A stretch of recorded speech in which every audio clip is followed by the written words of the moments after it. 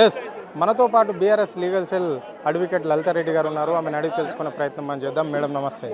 Madam చెప్పండి madam, ఎట్లా చూడాలి మేడం మరి ఇక్కడ మధు పార్కుకు సంబంధించి నిర్వసితులు పరిస్థితి ఏ విధంగా ఉంది? మరి రాష్ట్ర సర్కార్ ఎందుకు వంకలు దింపి వీళ్ళని ఇబ్బంది పెట్టే ప్రయత్నం చేస్తుంది? ఇది నిజమేనా?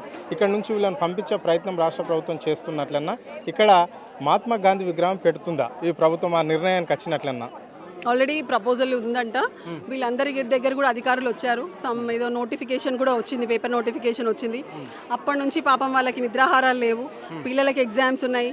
ఎంత బాధపడుతున్నారంటే మనం అన్ని టీవీలలో కూడా చూసాం. ఒక్కొక్కరు ఏడ్చుకుంటూ ఏ విధంగా వాళ్ళ మనసులో ఉన్న బాధలన్నీ చెప్తున్నారు.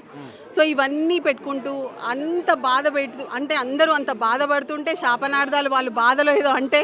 అండ్ రీసెంట్గా I was so wonder to hear that he told that ఇదంతా నాకు ఒక సాడిస్టిక్ ప్లెజర్ లాగా అనిపిస్తుంది. అంటే ఇంకా ఆయన గురించి మనం ఏమనడానికి లేదు. అంటే ప్రజల ఆర్తనాదాలు, ప్రజల యొక్క శాపనార్థాలు, ఒకవేళ if at all it is giving pleasure, ఆయనకి ప్లెజర్ ఇస్తుంది అంటే అట్లా అనుకునే వ్యక్తి గురించి ఇంకేం చెప్పడానికి ఉంటుంది? అంటే వాళ్ళు ఏదైతే ప్రజలు వద్దంటున్నారో దాని మీదే వాళ్ళు కట్టడాలు కట్టాలనుకుంటున్నారు. ఎప్పుడైనా డెవలప్మెంట్ అనేది ప్రజలతో కలిసి చేయాలి, ప్రజల మీద చేయొద్దు, వాళ్ళ ప్రాపర్టీల మీద చేసి వాళ్ళని కూల్చి చేయాల్సిన అవసరం లేదు. ప్రజలు ఎక్కడెక్కడ అడ్డుపడతలేరు, కేవలం బీఆర్ఎస్ నాయకులు అడ్డుపడుతున్నారు అని చెప్పేసి రాష్ట్ర ముఖ్యమంత్రి గతంలో చెప్పడం జరిగింది. అంబర్పేట పోదాం నడవండి, అంబర్పేట ఎమ్మెల్యే కూడా అంటే అంబర్పేటలో ఉన్న ప్రజలందరూ కూడా సహకరిస్తున్నారు. వీళ్ళకి ఏమవుతుంది? ఎందుకు బీఆర్ఎస్ నాయకులు ఎందుకు వీళ్ళను ప్రోత్సహిస్తున్నారు, ఎందుకు ప్రేరేపిస్తున్నారు? అంటే రాష్ట్రాన్ని అభివృద్ధి చేయడం వాళ్ళకి ఇష్టం లేదా అని చెప్పేసి కూడా కేవలం బీఆర్ఎస్ పార్టీని ఉద్దేశించే రాష్ట్ర ముఖ్యమంత్రి పదే మాట్లాడుతుంటాడు. దీన్ని ఎట్లా చూస్తారు మీరు? ఇప్పుడు ఈ గాంధీ సరోవర్ అనే ప్రాజెక్ట్ ప్రపోజ్ చేసింది బీఆర్ఎస్ పార్టీ కాదు కదా, ఈ నోటిఫికేషన్ ఇచ్చింది బీఆర్ఎస్ పార్టీ కాదు కదా. ఈ నోటిఫికేషన్ గాంధీ సరోవర్ నోటిఫికేషన్ ఇచ్చిన తర్వాత ప్రజలందరూ భయపడిపోయి రోడ్ల మీదకి వచ్చి, ఇప్పుడు చూసారు మీరు ఎంతమంది ప్రజలు, వేల మంది ప్రజలు రోడ్ల మీదకి రావాల్సిన అవసరం లేముంది. ఈరోజు సండే కేసీఆర్ గారి హయాంలో 10 సంవత్సరాలు రాష్ట్ర ప్రజలు ఎంతో సంతోషంగా ఆటపాటలతో ఉంటే ఈరోజు ఈయన వచ్చిన 2 సంవత్సరాల్లో ప్రజల్ని రోడ్డు మీదకి తీసుకొస్తున్నాడు. సండే లేదు, మండే లేదు, ఎగ్జామ్ లేదు, ఏమీ లేదు. సో ఇదంతా మీకు నాటకం అనిపిస్తుందా? ఇదంతా బీఆర్ఎస్ పార్టీ చేస్తుందా? నోటిఫికేషన్ ఇచ్చింది ఎవరు? ఆ ప్రపోజల్ ఎవరిది? వాళ్ళది కాదా? ఎప్పుడైతే బాధితులు ఆర్తనాదాలు పెడుతున్నారో, వాళ్ళు పోరాటాలు చేస్తున్నారో, వాళ్ళ సహాయం కోసం వచ్చినప్పుడు బీఆర్ఎస్ పార్టీ ఖచ్చితంగా వాళ్ళతో ఉంటుంది. ఎవరు ఎన్ని మాటలు మాట్లాడినా మేము కేర్ చేయాలి. నిండు అసెంబ్లీలో కూడా రాష్ట్ర ముఖ్యమంత్రి కూడా ఆయన మాట్లాడడం జరిగింది. మూసి పక్షాల కంటే బీఆర్ఎస్ నాయకుల వల్ల అంత కంపు ఉంది, వాళ్ళ కడుపులల్లో వాళ్ళ కళ్ళల్లో అంత కసిగా అనిపిస్తుంది. ఎందుకు అంత మూసి పక్షాలను చేస్తామంటే ఎందుకు ఇలా కడుపు మంట అని చెప్పేసి కూడా ఆయన అంటున్నాడు. అంటే దీనికి సహకరించారా ఒకటే మాట చెప్పాలని చెప్పేసి కూడా అడిగాడు. దానికి ఏం చెప్పాలనుకుంటున్నారు ఒక అడ్వకేట్గా మీరు?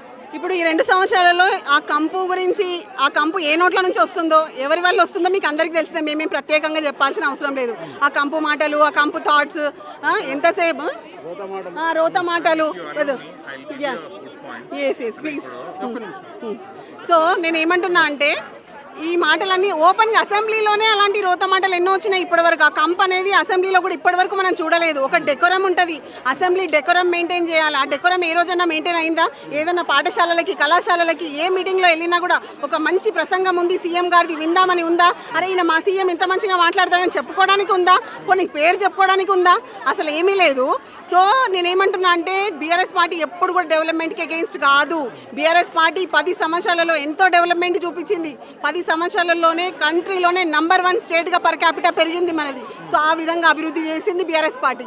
మీరు ఒకవేళ అభివృద్ధి చేయాలనుకుంటే కూల్చకుండా చేయండి. కూల్చాల్సిన అవసరం ఏముంది? ప్రజల జీవితాలతో ఆడుకోవాల్సిన అవసరం ఏముంది? చివరిగా చెప్పండి మేడం, మీరు బీఆర్ఎస్ సెల్ లీగల్ అడ్వకేట్గా మీరు పనిచేస్తున్నారు. సో మరి వీళ్ళు మీ దగ్గరికి వచ్చి వాళ్ళ బాధ, వాళ్ళ ఘోష, వాళ్ళ గోడు వినిపించుకుంటే కోర్టులో ఏ విధంగా మీరు ఇలాను ప్రొవైడ్ చేయాలనుకుంటున్నారు? ఎట్లాంటి న్యాయం కోరుకోవాలనుకుంటున్నారు?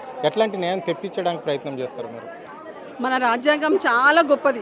మన రాజ్యాంగాన్ని ఎవరైతే క్రోడీకరించారో చాలా అంటే లీగలీ అంటే ఆ టైంలోనే చాలా మేధావులు, లా ప్రాక్టీషనర్స్ కలిసి మేబీ ఫ్యూచర్లో ప్రజలకి ఇలాంటి ప్రాబ్లం వస్తుందేమో అని ఆలోచించి ఒక 100 సంవత్సరాల ముందుకే ఆలోచించి రాజ్యాంగాన్ని అంత మంచిగా క్రోడీకరించి ఆర్టికల్ 21ని పెట్టారు. అందులో article 21 guarantees every citizen of India right to life which includes right to shelter.